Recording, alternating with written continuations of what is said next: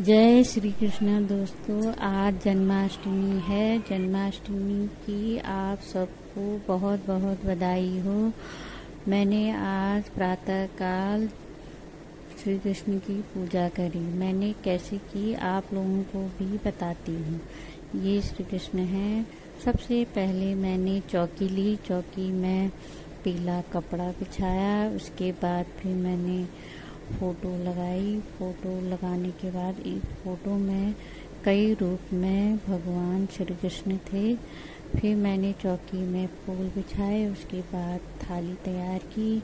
इसमें पंचामृत था, दूध और शहद, घी, शक्कर और चीनी। फिर उसके बाद मैंने एक छोटी सी परात ली, उसमें फूल रखे और फिर भगवान श्री कृष्ण को रखा। उसके बाद फिर मैंने पंचामृत से स्नान करा। सबसे पहले मैंने दूध से स्नान किया। ये देखो, ये दूध से स्नान किया।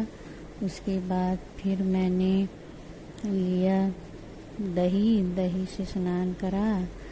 ये पंचामृत है, ये एक साथ भी साथ में कर सकते हैं और अलग अलग भी कर सकते हैं। फिर मैंने घी लिया, घी से स्नान कराया। फिर घी से स्नान कराने के बाद फिर मैंने शहद लिया, शहद से स्नान कराया। शहद के बाद फिर मैंने शक्कर लिया, शक्कर से स्नान करा। शक्कर से स्नान करने के बाद फिर मैंने उनको गंगा जल से स्नान कराया।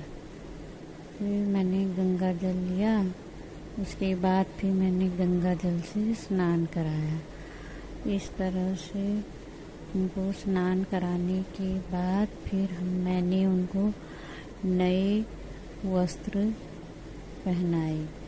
ये देखो, नए वस्त्र पहनाने पड़ते हैं। फिर मैं नए लाई थी, नए वस्त्र पहनाए और जो भी उनकी श्रृंगार की सामग्री है वो सजाया।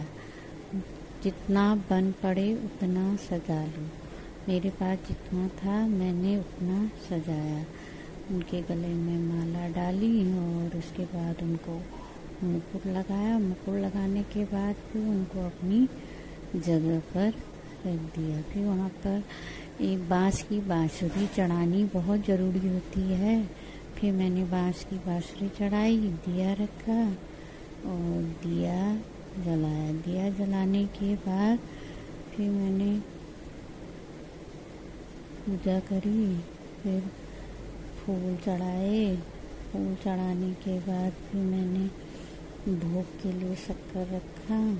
शक्कर रखने के बाद फिर मैंने उनकी आरती करी। आरती करने के बाद भोग में हमेशा तुलसी दल होना बहुत ज़रूरी है। तुलसी के पत्ते लिए। इस तरह से मेरी पूजा समाप्त हुई।